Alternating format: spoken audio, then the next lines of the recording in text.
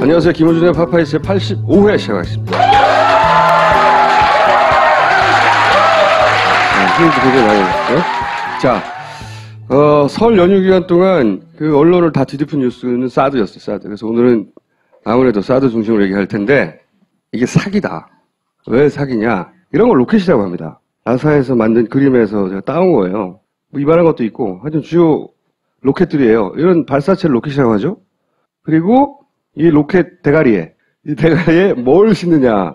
우리가 아리랑 3호를 실었죠, 대가리에. 그럼 위성이죠. 우리로 말하면 발사체죠, 로켓. 북한은 이걸 실었어요. 공룡 3호. 이게 뭐 작동하지 않는다, 제대로. 전파를 주고받지 않는다, 이런 얘기를 하죠. 여기다가 폭탄을 실으면 이제 미사일이 되는 겁니다. 로켓에다가 대가리에 폭탄을 싣고 목표를 향해 날아가면 미사일인 거고요. 로켓에다가 장비를 싣고 궤도에 올라가면 인공위성이 되는 거예요. 언론은 어떻게 보도하고 있냐? 모두가 다 하나같이 장거리 미사일이라고 그래요. TV조선, 장거리 미사일. MBC도 그렇고, KBS도 그렇고, YTN도 그렇고, 연합도 보도할 때 장거리 미사일 발사 이후, 장거리 미사일이라고 다 용어를 통일해요. 그래서 일부에서는 이거 위성 아니냐라고 물어보면 작동 안 한다고. 제대로 작동하지 않는다고. 이게 정부의 대답이에요, 대부분. 장거리 미사일 발사 시험이라고는 할 수 있죠. 그렇죠. 미사일이 무슨 지구 궤도를 계속 돌고 있어, 지금 돌고 있는데. 이 미사일이, 응? 무슨 미사일이 그래? 이거 몇 년 동안 돌 거라는데. 언제 날아가서 맞추는 거야, 이게? 응? 그리고 날아가서 맞추는 것도 아니고 떨어지는 거란 말이죠. 인공위성 수명을 다하면. 그게 무슨 미사일이에요? 미사일이 아니란 말이죠. 그러니까 인공위성을 쏘아 올리는 이 로켓 기술이 나중에 그 대륙간 탄도미사일의 원천 기술이 되는 거는 맞다. 근데 지금은 미사일을 발사한 게 아니에요. 그런 원천 기술을 적용한 로켓을 위성을 실어서 발사시켜서 궤도에 안착시켰다. 이게 정확한 팩트죠. 그렇죠? 근데 우리는 미사일 발사라고 그런다고. 장거리, 그것도 미사일 발사. 이건 사기입니다. 이렇게 말하는 건. 우주 관련 사이트를 찾아보면 그냥 이렇게 나와요. 북한이 새틀라이트를 우주로 쐈다고. 새틀라이트는 미사일하고 스펠이 틀리잖아요. 이거를 연구하는 단체들이 있어요. 그러니까 이 기관은 어디냐면은 MIT에서 출발한 기관인데 제목도 웃겨 좀. 걱정하는 과학자들.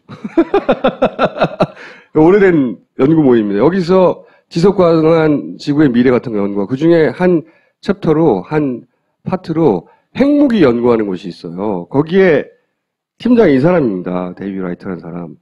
어쩌고저쩌고 해서 케네디 스쿨에서 뭘 했고, 찾아봐요. 많아요. 뭘 했어. 근데 이 사람이 핵무기 관련해서, 핵미사일 관련해서 연구하는 과학자예요.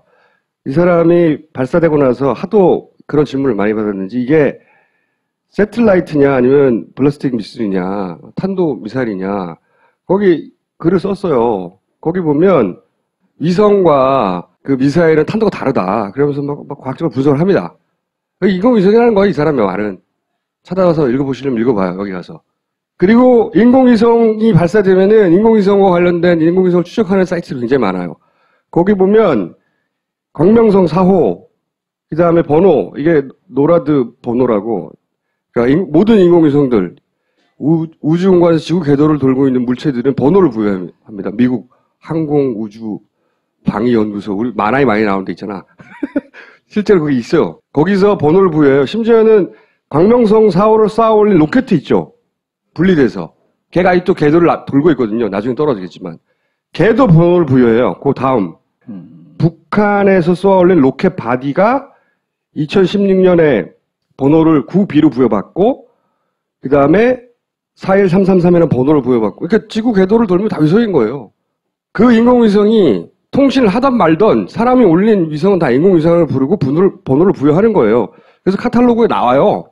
그리고 그런 추적하는 사이트들 보면 실제 여기를 돌고 있다고 다 인공위성인 겁니다. 명백히. 고장난 인공위성이든 뭐든 돌고 있는 것이고 북한은 그 궤도에 진입시키는데 성공한 겁니다. 굉장히 친북적인 발언을 막 하는 것 같은데. 아니, 가치 판단 없이 이게 팩트라고요. 한겨레 같은 경우에는 장거리 로켓 발사, 이런 표현을 쓰죠. 그건 맞죠. 롱레인지 로켓. 이게 그냥 그걸 정확하게 명칭입니다. 그 로켓에다가 위성에 해당되는 걸 탑재해서 올렸는데 궤도를 돌고 있다. 근데 통신이 되는지 안 되는지 모른다. 여기까지가 팩트죠. 미사일을 발사했다. 이게 아니라. 미사일이라고 하는 것은 한 군데서 등장합니다. 미국 국무부에서 성명을 낼 때 미사일 론치라고 제목을 달았어요. 근데 내용을 보면 그 한겨레가 말한 것처럼 탄도미사일 기술을 이용한 안보보좌관도 이제 브리핑을 하면서 블러스팅 미사일 테크놀로지를 이용한 론치라고. 미국이 굳이 이것을 미사일이라는 용어를 중간에 끼워넣는 이유는 있죠. 이걸 계기로 결국은 우리가 최근 며칠간 경험한 사드. 자기들도 남사스러우니까 내용상으로는 미사일 기술을 이용한 그 말은 맞는 말이에요. 미사일 기술을 이용했다고. 그런데 우리하고 차이점은 미국 언론은 그걸 받아주지 않아요. 그러니까 로켓 기술에다가 핵탄두를 작게 만드는 기술. 이건 북한이 없어요, 현재.